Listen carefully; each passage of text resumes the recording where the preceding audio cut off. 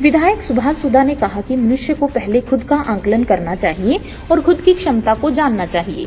मनुष्य को अपने हृदय से अज्ञान के संदेह को आत्मज्ञान की तलवार से काटकर अलग कर देना चाहिए। जब तक मनुष्य खुद के बारे में नहीं जानेगा तब तक उसका उद्धार नहीं हो सकता। विधायक सुभाष सुधा रविवार को लोटस ग्रीन सिटी सेक्टर 9 में श्रीमद् भागवत कथा ज्ञान महायज्ञ के समापन समारोह को संबोधित कर रहे थे। श्रीमद् भागवत कथा ज्ञान महायज्ञ में विधायक सुभाष सुधा, इंद्री विधायक राम कुमार कश्यप, नप अध्यक्षा उमा सुधा ने शिरकत की।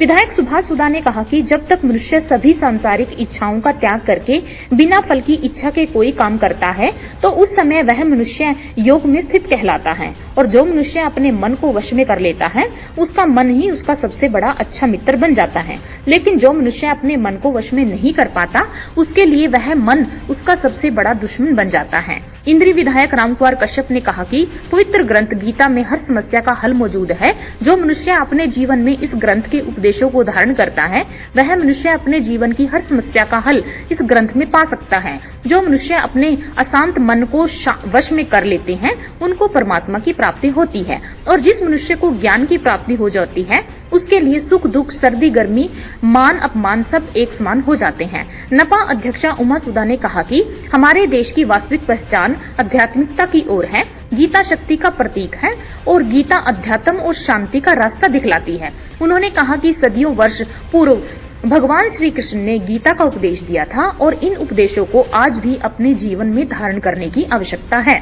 समिति के संस्थापक अध्यक्ष व प्रसिद्ध कथावाचक भागवत प्रवक्ता अनिल कुमार शास्त्री वेदाचार्य ने उपस्थित श्रोताओं को प्रवचन में बताया कि जिस घर में भागवत जी नहीं रहते वह घर घर नहीं होता, उस घर में देवताओं का निवास नहीं होता। इतना ही नहीं, जिस घर में भागवत जी नहीं रहते उस घर के लोग चांडाल के समान होते हैं।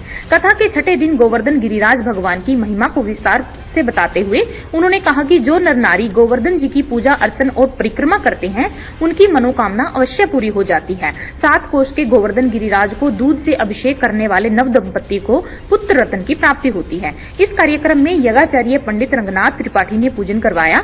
इस मौके पर डॉक्टर आनंद सिंह व मीरा देवी ने परिवार सहित श्री बालकृष्ण भगवान को और भागवत जी का पूजा अर्चन व आरती किया।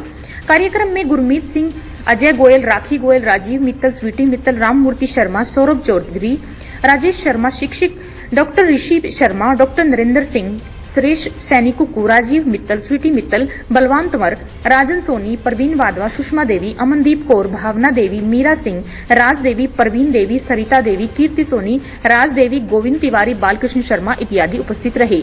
मैं सर्वप्रथम आज जो भगवत गीता का एक सप्ताह का आयोजन यहाँ पर लोटस सिटी में किया गया, मैं कहूँगा एक अपने आप में बहुत बड़ा धर्म का कार्य किया गया। तो मुझे ये पता लगा कि अभी मैडम ने कहा कि ऐसे लोटस सिटी के अंदर ऐसे शास्त्री जी की कथा हो रही है। शास्त्री जी ने कहा, मैंने देखा वो यहाँ के लोग भी किसने भगवान से हाँ जी तो ध्यान पूर्वक दिल से किस प्रकार से शास्त्री जी की कथा को सुन रहे थे। और जिनके अंदर कोई भी संत, कोई भी मैं कहूँगा कथावाचक जब अपनी कथा को सुनाता है तो उस कथा के 1-2 लाइन अवश्य लेके जानी चाहिए, उसको जीवन को बतानी चाहिए, ऐसा लगता है।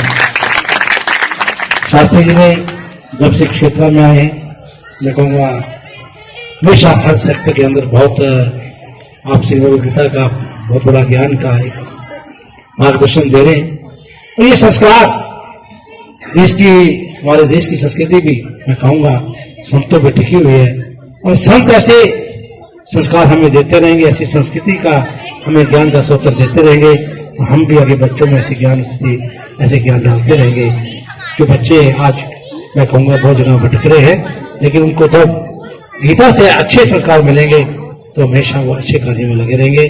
खबरनामा हरियाणा से डॉक्टर रितु की रिपोर्ट।